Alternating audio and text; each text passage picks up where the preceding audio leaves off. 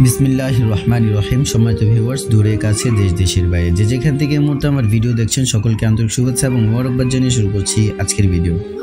আজকের ভিডিওটা আমি তৈরি করতে যাচ্ছি, আপনারা আমার ভিডিওর থাম্বনেল দেখে হয়তো বুঝতে পেরেছেন।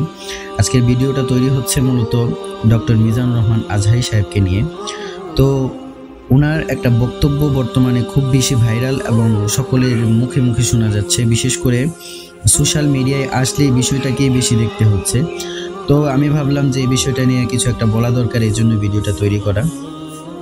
তো আমার যেটা মনে হচ্ছে সেটা হচ্ছে ডক্টর মিজানুর রহমান আজহারী সাহেবের যে বিষয়টা নিয়ে বর্তমানে আলোচনা হচ্ছে, এই বিষয়টা নিয়ে আলোচনা হওয়া দরকার ছিল অনেক আগে। কী জন্য কথাটা বললাম সেটার ব্যাখ্যা দিচ্ছি, সঙ্গেই থাকুন।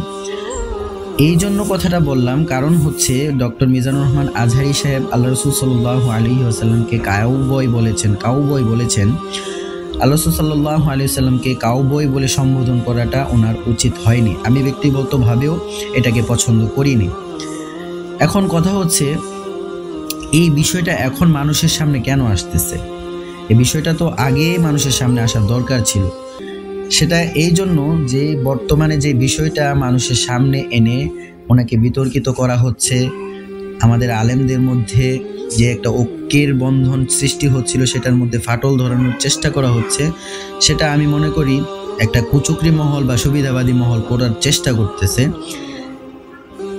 কথাগুলো এই জন্য বলা যে ভিডিওটা এখন আমাদের সামনে ভাইরাল করে দেওয়া হয়েছে, আল্লাহ রাসূল সাল্লাল্লাহু আলাইহি ওয়াসাল্লামকে কাউবয় বলে সম্বোধন করা, এই ভিডিওটা মূলত অনেক আগে, এবং এই ভিডিওর জন্য ডক্টর মিজানুর রহমান আজহারী সাহেব লোক সম্মুখে এসে ক্ষমাও চেয়েছিলেন, কিন্তু ওই ভিডিওটা আর প্রচার করা হয়নি। ওই ভিডিওটা কেউ প্রচার করছে না, এটা আমাদের ঐক্য নষ্ট করার জন্য। পরে ভিডিওটা আমি শুনলাম, তো আমি খেয়াল করলাম যে আসলে ভিডিওটার কনটেক্সট ছিল ভিন্ন, সেই কারণে এই শব্দগুলো এসেছে। কোন প্রেক্ষাপটে বলেছে আমি বলেছিলাম, তারপরেও শব্দগুলো হয়তো ততটা সুন্দর ছিল না, আমি দুঃখ প্রকাশ করছি।